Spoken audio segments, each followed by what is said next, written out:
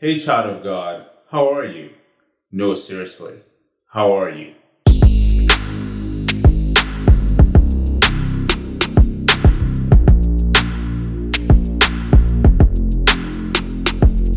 I know that times are tough right now. Inflation is running rampant. There's the risk of recession taking place. In fact, we may already be in a recession. And I know that there are things that you're worried about. How am I going to make ends meet? In fact, in this time period, you may be asking yourself the question, what should I do with my money? Should I continue to invest my money or should I just keep it underneath a pillow? Well, the Bible has some cool advice for all of us, and I want to share it with you. And it's in the story of the parable of the talents. See, in the story, a master left his servants, 3 of them, some aspects of money. Different sums of money, to be exact. And there was a particular servant in there that got 1 talent. And this servant was so scared. Maybe it was like, there's something going on. And he decided that he wasn't going to do anything with the money and ended up putting it in a safe place and digging it up and saving that money in a particular place. And then when the master came, he dug up the money and said, here's your money. Do you know how the master responded? The master responded that the servant was wicked and lazy. Ouch. See, in this time period, you need to make sure that you're just not putting your money underneath a pillow because you're afraid.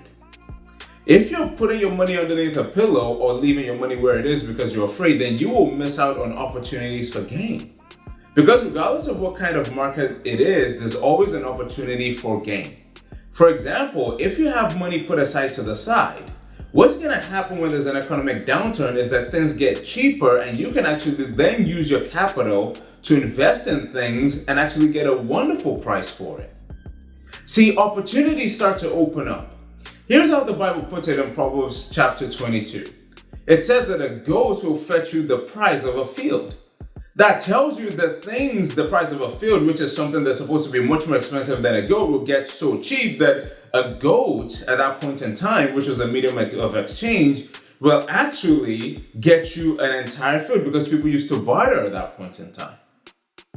In this day and age, what that means is that the assets that you have, the money that you've put aside, in a time where you have an economic downturn is actually more useful to you because things are getting cheaper and you can pick up really great assets at a very cheap price. Or you can have business ideas that you can go to because there's some people that haven't managed their assets too well and they need to sell to you at a discount.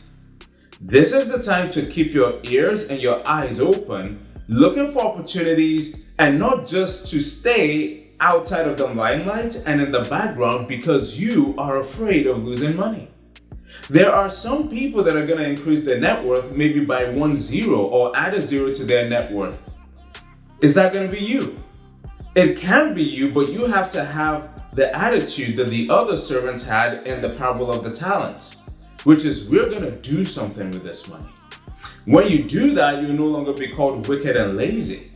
You would have done the hard work to find out where the opportunities are, and then you would have done things that would actually make sure that your family and you are in a much better place coming out of the downturn than you were going into it.